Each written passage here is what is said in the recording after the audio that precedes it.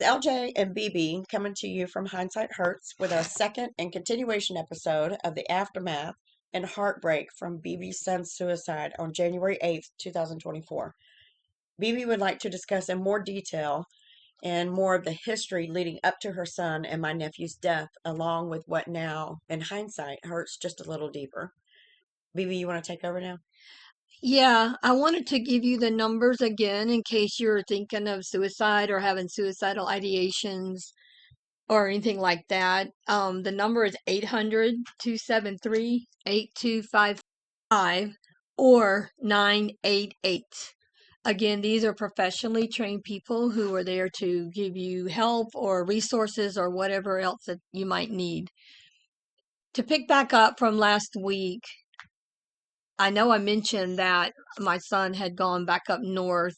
So to give you a little bit of history or background as to what happened and how that happened, um, years ago, he and his family moved down south about 4 hours away. And then they came back and they stayed with us for a while and they lived here for a couple years. And then they moved a little west and were 8 hours away and stayed there for about 2 years. And then they wound up north, which were 16 hours away. And the standing joke was that every time they moved, they doubled the length of time it would take to get to their house.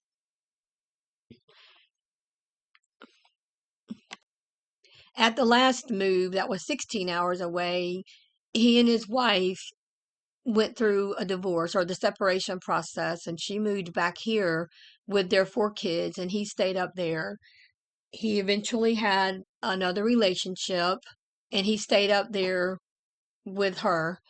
And then things wouldn't go well, so he would come back and stay here for a few weeks or a month or two, and then he would eventually go back. But back in November of 2023, 2 or 3 days before Thanksgiving, he came back, and the intention was to stay here and to rebuild his life here. And he was staying with my husband and myself. Well, things were going well.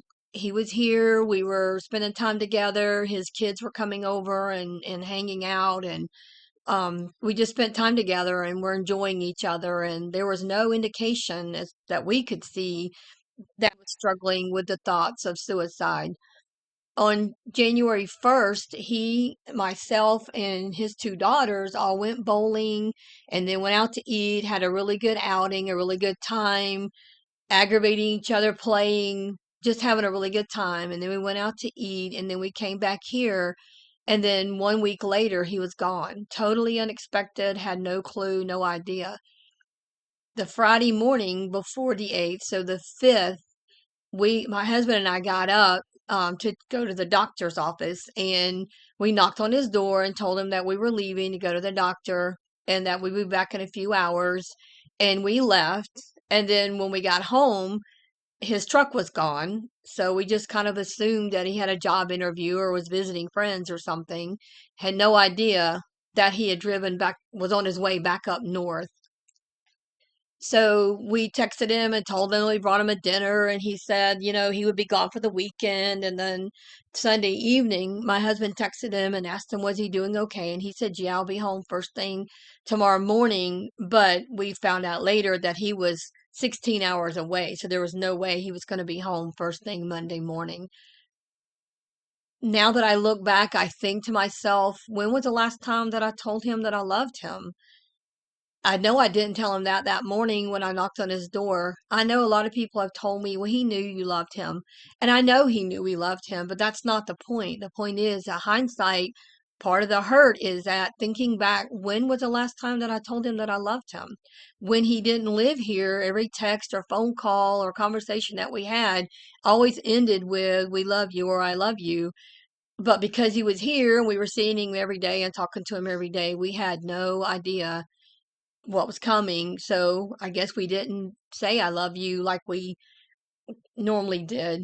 And as a result of that, now every conversation that I end with anybody in my family, I make sure that I say that I love you. And if my husband or I leave the house, we both say I love you before either one of us leaves, just to make sure that we know the last time that we told them that we love them. Hindsight, we're thinking that Did he not tell us he was going back up there because he was afraid we would try to talk him out of going, which we probably would have? Or did he already have it in his mind that he was going to go up there to hurt himself and he just didn't want us to know anything about it? Looking back, we're also thinking, as much as I hate to say it was a blessing, but he didn't do anything here to harm himself, which would be in our home, and we would have had to deal with that and live with that from now on the rest of our lives. So we don't mean to sound selfish or anything like that, but I am thankful that it didn't happen here. I am just very sad that it happened at all. Also, I would like to go back even to when he was like 14 years old. He struggled with some issues back then, and I found out that he had thoughts of hurting himself. He didn't tell me that, but I found out. So I immediately took him to a doctor, and he told us that he needed to be admitted into a mental health facility for a couple of weeks to work some things out and to get him on some medication that would level him out and hopefully help him. And everything went really well. He went in, he was there for 2 weeks. He was able to do his schoolwork and continue and not get behind on school. We were able to go and see him and have therapy sessions and work through things. And they got him on medication, which seemed to really help. And then he came home, and one of the medications they gave him didn't work. He got worse pretty fast, but we were able to talk to the outpatient doctor and they changed his medication. And within a few days, he got back to more like himself. So we continued his medication for months and seeing the psychologist or therapist or whoever it was he was seeing, and he was doing so much better. And there were days that he didn't take his medication. So it was like every day or every couple of days or 2 or 3 days he would take the medication. So we noticed that he was doing well without the medication. So we slowly weaned him off of it and never thought any more about it, never looked back because he seemed to be doing so much better. Now, since he passed away, we have seen things on text and instant messages and things like that where he messaged people and sent them pictures and things that we didn't know anything about that also indicated where his mindset was during that time when he was living up north.